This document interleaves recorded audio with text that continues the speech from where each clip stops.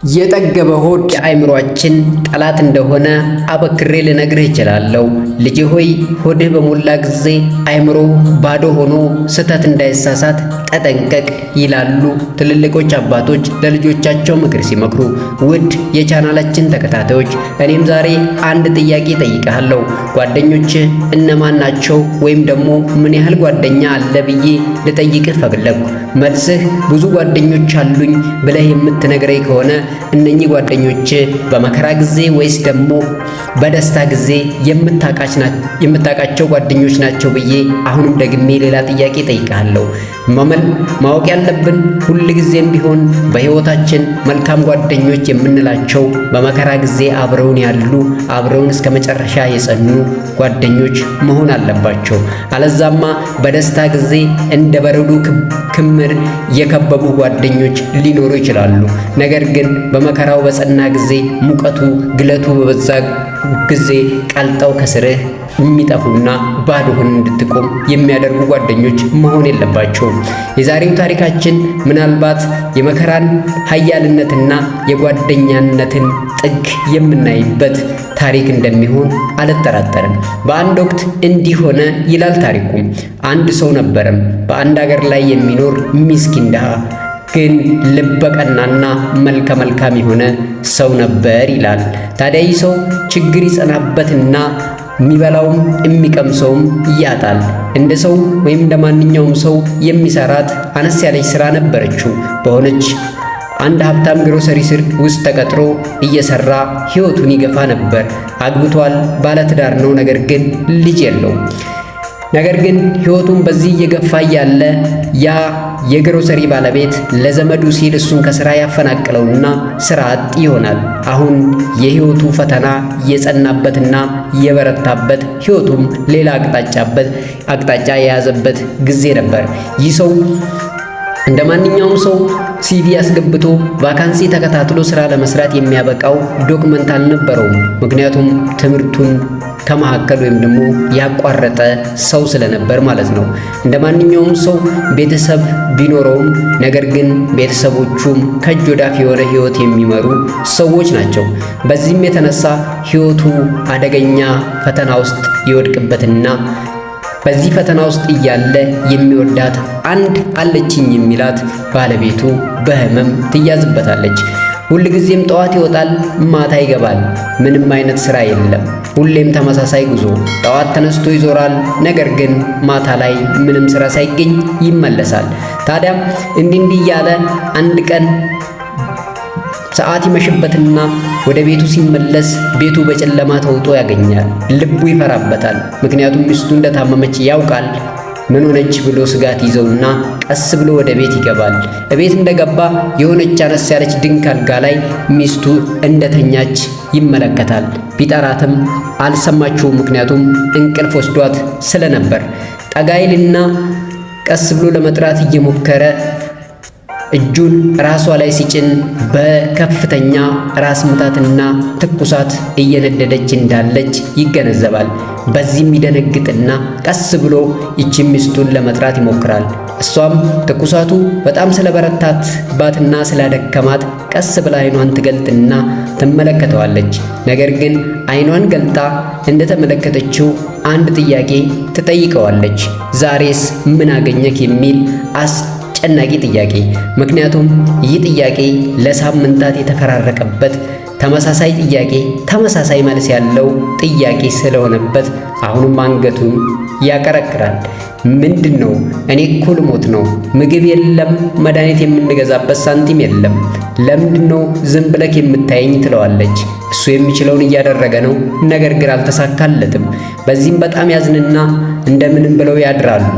ጠዋትም እንደተለመደው ሲነጋ በጠዋት ተነስቶ ሥራ ፈልጎ መድኃኒትና ምግብ ለመግዛት ይነሳል። ታዲያ ልክ በሩን ከፍቶ ሊወጣ ሲል አሁንም የሚስቱ ድምፅ ይሰማዋል። ና ትለዋለች። በዚህን ሰዓት በጣም ልቡ ደነገጠ። ምክንያቱም የሞት ሞቷል ቁጣ አዘል በሆነ ድምፅ ስለጠራችው። ይመለሳል። ተመለሰ። እኔ ይሄው አሁንስ መሞቴ ነው።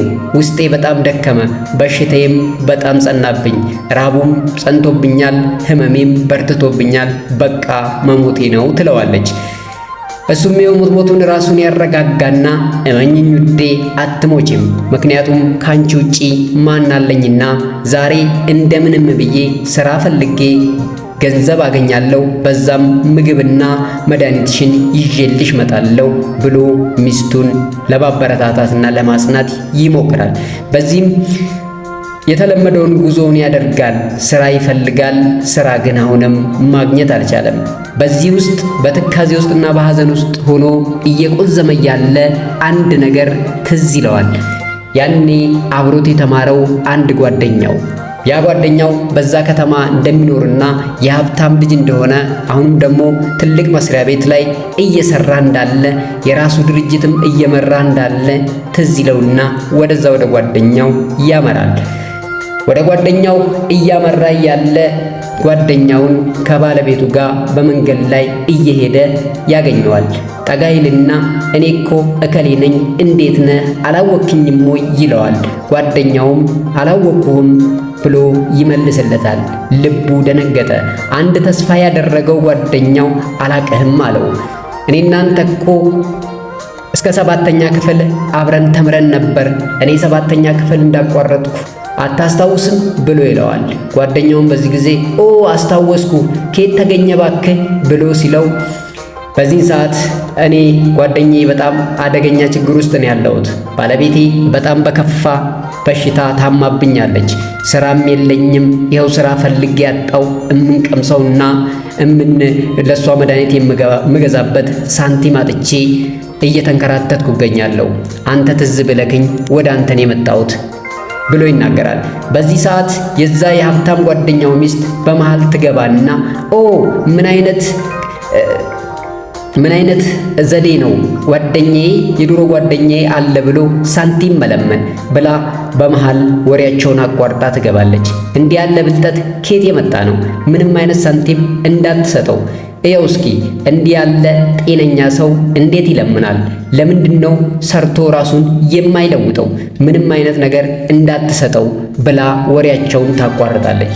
ያም አልበቃ ብሏት እንዲህ ያሉ ሰዎች ከሚኖሩ ቢሞቱ ይሻላል ብላ ትሳለቅበታለች። በዚህም ልቡ በሐዘን የበለጠ ይሰበርና አንዲት ቃላትም ሳይነገር ከዛ ይመለሳል። በዚህ ሐሳብ እና በጓደኛው ባለቤት ልቡ የተሰበረው ይህ ምስኪን ሰው አሁንስ ምን አደርጋለሁ? ለባለቤቴ መድኃኒት መግዛት ካልቻልኩ እኔ ምን አይነት ባል ነኝ ብሎ ራሱን እየጠላ እየወቀሰ ከዚህስ ሕይወት ሞቴን ይሻለኛል፣ መሞት አለብኝ እያለ እየቆዘመ ሲመለስ በለሆሳስ አንድ ባስ ወይም ደግሞ የጭነት መኪና ከፊት ለፊቱ ቆሞ ያገኛል። በዛ በሐሳብ ተመስጦ እየሄደ ያለ አንድ ድምፅ ከባሱ አካባቢ ይጠራዋል። አቤት ስራ ትፈልጋለህ ወንድሜ ብሎ ይለዋል። ስራ እንደሚፈልግ ልቡ ያውቃልና ደንግጦ ወደ ኋላ ይመለሳል። ወደ ኋላ ሲመለስ አንድ ባለ ሀብት ብዙ ኩንታል እህል ለማስጫን እዛ ጋር ቆሞ ያገኘዋል። ይህም ሰውዬ ጠጋ ይልና አዎ እፈልጋለሁ ይላል። ልቡ በራብ ተመቷል። ጉልበቱ በራብ ቢዝልበትም ነገር ግን ባለቤቱን ከህመሟና ከራቧ ማዳን ስላለበት ያንን ሸክም መጋፈጥ ይፈልጋል። አዎ እሸከማለሁ ይላል። አዎ ይህንን ኩንታል ይህንን እህል ወደ መኪና ላይ እንድትጭንልኝ እፈልጋለሁ፣ ለዚህ ስራህም ደግሞ ጠቀም ያለ ክፍያ እከፍልሃለሁ ይለዋል። እሱም በዚህ ይስማማና ያንን ኩንታል ላብ እስከሚዘፍቀው ድረስ እንደምንም ብሎ ተሸክሞ ጭኖ ይጨርሳል። በዚህም የተደሰተው ያ ባለ ሀብት ጠቀም ያለ ሳንቲም እንዲሁም ቦነስ ሁሉ ጨምሮ ይሰጠዋል። በዚህም በጣም የተደሰተው ይህ ምስኪን ሰው ወደ ቤቱ በፍጥነት ለመመለስ ለሚስቱ የሚያስፈልገውን ምግብና መድኃኒት ገዝቶ ወደ ቤት ይመለሳል። ወደ ቤት እንደተመለሰ በደስታ ወደ አልጋ ይሄድና ሚስቱን ውዴ ተነሽ፣ ይኸው ቀንቶኛል፣ አሁን አትሞችብኝም፣ ምግብና መድኃኒት አምጥቼልሻለሁ ይላታል። እሷም ራብና ህመሙ በጣም ስላደከማት ቀስ ብሎ እንደምንም ያነሳትና ምግብ ያበላታል፣ መድኃኒቱንም ይሰጣታል። ምግቡን ከበላች በኋላ መድኃኒቱን ስትውጥ አሁን ነፍሷ ወይም ደግሞ ከህመሟ የማገገም ስሜት በላዋ ላይ በማየቱ በጣም ይደሰትና እሷም ከዚህ ከራቧና ከህመሟ ስታገግም ዛሬ ሳንቲም ኬት አገኘ ብላ ትጠይቀዋለች። እሱም ሁሌ እንደማገኘው ነዋ የማገኘው ለፍቼ ጥሬ ግሬ ያመጣሁት ሳንቲም ነው ይላታል። በዚህም እሷም ትደሰትና ከህመሟ ታገግማለች። ይህ ሰው እዚህ ጋር ነበር የህይወቱ መለወጫ መንገዱ የተቀየረው። ከዛ በኋላ አንድ ነገር ወሰነ። ሁልጊዜም ቢሆን ማንንም አልለማመጥም፣ በራሴ ጥሬ ግሬ መለወጥ፣ ሚስቴንም ህይወቴንም ማዳን አለብኝ ብሎ ሁሌም ወደዛ ባስ ወይም ደግሞ ወደ መናኸሪያ አካባቢ እየሄደ ብዙ ሸክሞችን እየተሸከመ ህይወቱን መግፋት ይጀምራል። በዚህም ህይወታቸው አሁን የሚበሉትና የሚቀምሱት ለሚስቱ መድኃኒት የሚገዛበት ሳንቲም ስላገኘ አሁን የሚስቱ ህይወት ይመለሳል፣ እሷም ትድናለች። ታዲያ አንድ ቀን በዚህ ድርጊቱ የተደሰተችው ባለቤቱ ውዴ ዛሬ በጊዜ እንድትመጣ ፈልጋለሁ፣ የምትወዳትን ምግብ እሰራልሃለሁ ትለዋለች። ሚስቱ ድህነት ይዟት እንጂ ሞያዋ ከማንም በላይ መልካምና ባለሙያ ሴት ስለሆነች በሚስቱ ሙያ ስለሚተማመን ምራቅ መዋጥ ይጀምራል። ምክንያቱም ሚስቱ ባለሙያና የሚወደውን ምግብ እንደምትሰራለት ያምናልና። ታዲያ ማታ በጊዜ እንዳለችው ሲመጣ የሚጣፍጥ ምግብ ሰርታለት ትጠብቀዋለች። ያንን ምግብ ይበላል። ውዴ እንዳንቺ እኮ በዓለም ላይ ባለሙያ የሆነ ሴት የለም፣ አንቺ የምትሰሪው ምግብ የዓለም ቁጥር 1 ጣፋጭ ምግብ እንደሆነ ታውቂያለሽ ብሎ ይላታል። እሷም ደስ ይላትና ያንን ምግብ በልተው ያድራሉ። ከዛም በተደጋጋሚ ያጣፋጭ ምግብ እየተሰራ ሲቀርብለት እሱም በጉልበቱ ሰርቶ ተሸክሞ የሚያመጣትን ሳንቲም በተወሰነ መልኩ እየቆጠበ ከዛም ህይወታቸውን እየገፉ ስለነበረ ውዴ ይሄን ጣፋጭ ምግብሽን ለምን አነስ ያለች ምግብ ቤት ነገር ከፍተን አንሞክረውም ይላታል። እሷም በዚህ ትደሰትና እሺን ሞክረው ብለው ያንን ምግብ በመስራት ለሰዎች መሸጥ ትጀምራለች።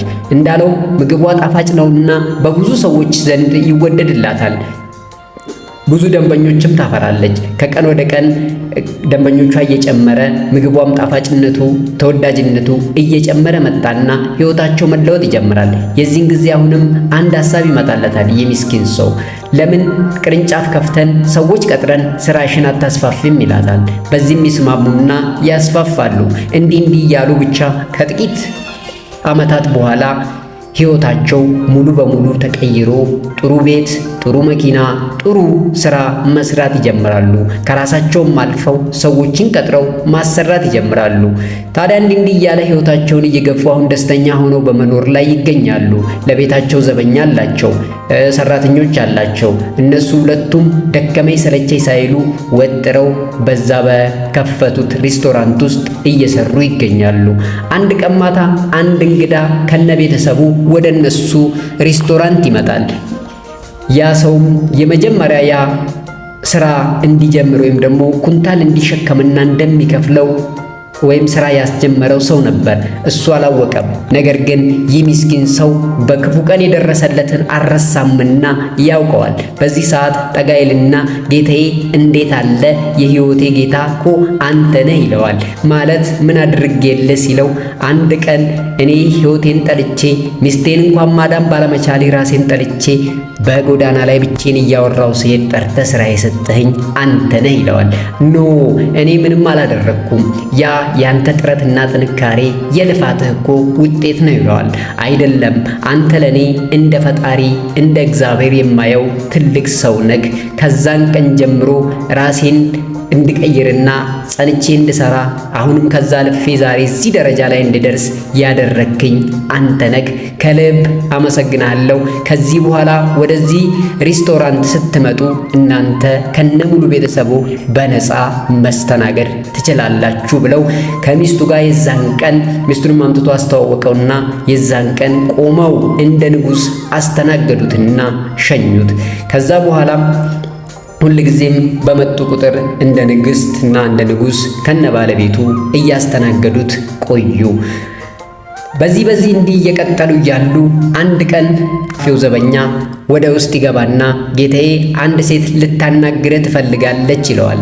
አስገባት ብሎ ያዘውና ያቺ ሴት ወደ ውስጥ ትገባለች። ሕይወቷ በጣም ተጎሳቁሏል። ራሷን ሸፍናለች። ገባችና አንድ ነገር ተናገረች።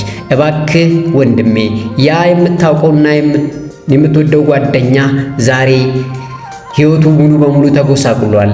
ያለው በህመም እየተሰቃየ በመንግስት ሆስፒታል ውስጥ ተኝቷል። ድርጅቱ ሙሉ በሙሉ ከስሮበታል። እባክህን አድነው ብላ ትማጸነዋለች። የጎዳ ቢረሳ የተጎዳ አይረሳም ነውና ነገሩ። ቀና ብሎ ሲመለከታት ምንም እንኳን ብትጎሳቆልም ያቺ የጓደኛው ሚስት ድሃ መሞት አለበት ብላ የፈረደችበት እንደሆነች ይገባዋል። በዚህ ሰዓት ጉዳቱ አገረሸበትና አንቺ እኮ ሞት ይገባሃል፣ ይሄ ድሃ ምን ያደርጋል፣ ምንም ነገር እንዳትሰጠው ያልሽ ሴት ነሽ ብሎ ካፉ ይህንን ማውጣት ይጀምራል። በዚህ ሰዓት ሚስቱ መልካም ሴት ናትና ሮጣ መጥታ ውዴ ከዚህ ውጪ ምንም አይነት ቃላት እንዳትናገር፣ በቀል የኛ አይደለም፣ እሱ በወቅቱ ተሳስቷል፣ አንተም ግን ያንን ስተት መድገም የለብህም፣ ተረጋጋ፣ ምንም ቃላት እንዳታወጣ ብላ ትለዋለች።